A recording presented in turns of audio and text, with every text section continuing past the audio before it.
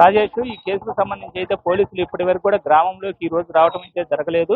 నిన్నటి సమాచారం వరకు జనరల్ డెత్ అని పోలీసులు చెప్తున్న పరిస్థితి ఉంది. అయితే గ్రామస్తులు మాత్రం తమకైతే న్యాయం జరగలేదు, తమ బిడ్డ అనేది అన్యాయంగా ఎవరో తీసుకుని పోయారే తప్ప అతను నేరుగా పోయేటువంటి పరిస్థితి లేదని గ్రామస్తులంతా కూడా అంటున్న పరిస్థితి ఉంది.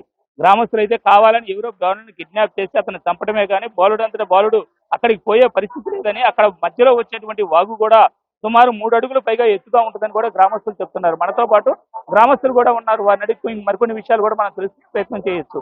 బాలుడు అక్కడికి సుమారు 3 కిలోమీటర్లు వెళ్ళాడు. అది వెళ్ళడం పాసిబుల్ అవుతుందా? అసలు ఏంటి అక్కడ పరిస్థితి ఎలా ఉంది? అక్కడ వాగు దిగి ఎక్కడానికి నాకే చేతగాలేదు సార్.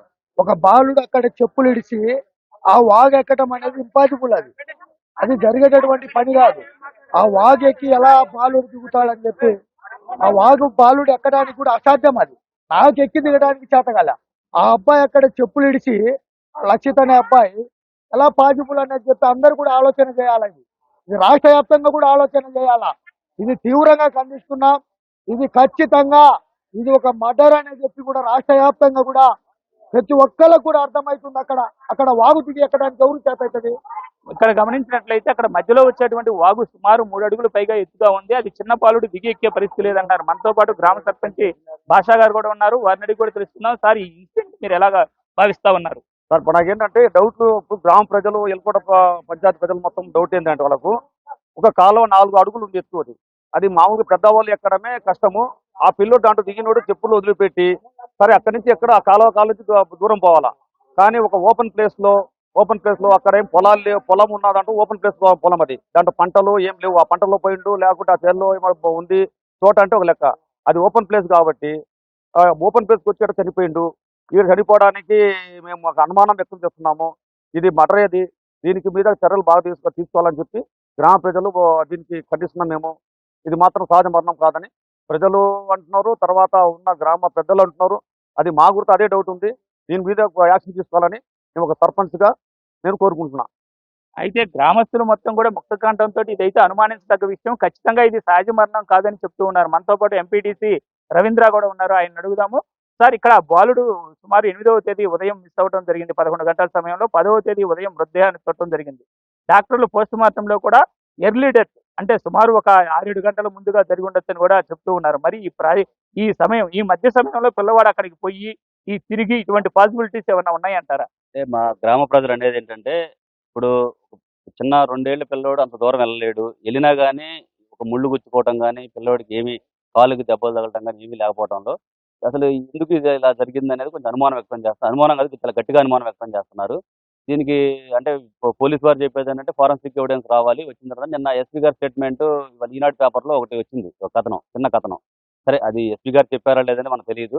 కానీ మా ఊరి గ్రామ ప్రజలంతా కూడా ఏంటంటే ఇలా స్టేట్మెంట్ ఇవ్వడం రాంగ్. ఇప్పుడు అక్కడ ఫారెస్ట్ కాదు, ఈ పొలాలు.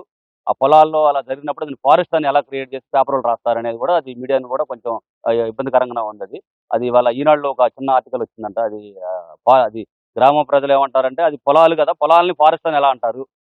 పొలాల్లోకి ఒక పిల్లోడు 2.5 సంవత్సరం పిల్లోడు వెళ్ళి అక్కడ కాళ్ళకు కానీ ముళ్ళు కానీ ఏమీ లేవు. ఇవన్నీ ఇబ్బందికరంగా ఉండటం వల్ల కొంచెం మా వాళ్ళు పోలీసు వారి మీద కూడా అనుమానం వ్యక్తపరుస్తున్నారు. దీని మీద గ్రామ ప్రజలు కూడా ధర్నాకి బయలుదేరి వెళ్ళారు. అయితే ప్రజలు, గ్రామస్తులు మొత్తం కూడా అంటాం ఏంటంటే ఇది ఖచ్చితంగా ముమ్మాటికి మర్డరేను. చిన్నపిల్లవాడు అంత దూరం వెళ్ళేటువంటి అవకాశం ఉండేది. సుమారు 3 కిలోమీటర్ల దూరం మధ్యలో వాగులు, వంకలు, చిల్ల చెట్లు లాంటివి ఉన్నాయి. ఈ వంకలు, చిల్ల చెట్లు దాటి ఆ పొలాల్లోకి, అది నిర్మానుష్యమైనటువంటి ప్రాంతం అయినప్పటికీ పొలాలు ఉండటము, అది మొత్తం కూడా ప్లాట్ గా ఎటువంటి పంటలు లేకుండా కూడా కనీసం కనుసూపు మేర కిలోమీటర్ పైగా కూడా ఎటు చూసినా కనిపించేటువంటి అవకాశం ఉంది. అటువంటి చోట డ్రోన్లు, కెమెరాలతోటి పోలీసులంతా కూడా 9వ తేదీ మొత్తం చెక్కింగ్ చేయడం జరిగింది.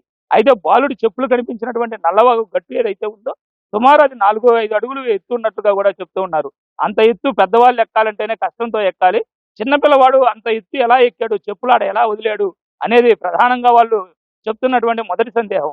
అయితే ఆ ప్రాంతంలో కుక్కలు, మరి పోలీస్ జాగిలంతో పాటుగా డ్రోన్ కెమెరాలతో పోలీసులు మొత్తం చెక్ చేశారు.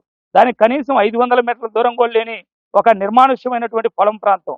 అసలు కంటి చూపుతో చూసినా కూడా సుమారు అక్కడ కిలోమీటర్ దూరం చూడటానికి అవకాశం ఉన్నప్పుడు పిల్లవాడిని ఎవరు గమనించకపోవటం కుండా ఉండడానికి కారణం ఏంటి? దాదాపు పొలాల్లో పనులు చేసుకునే వాళ్ళు, అంటే సీజన్ స్టార్ట్ అవుతుందో పొలాల్లో పనులు చేసే వాళ్ళు కూడా ఆ పొలాల వెంట ఉండే అవకాశం కూడా ఉంది. కాబట్టి ఇది ఎవరో కావాలని అక్కడికి తీసుకువెళ్ళి ప్లాన్ ప్రకారం చేసినటువంటి కుట్రగానే గ్రామస్తులు భావిస్తున్నారు. దీనిపైన పోలీసుల యొక్క స్టేట్మెంట్ పై వాళ్ళు సంతృప్తి చెందక పోలీస్ స్టేషన్ వద్ద ధర్నా కూడా బయలుదేరతామంటూ కూడా గ్రామస్తులు చెప్తున్న పరిస్థితి ఉంది రాజేష్.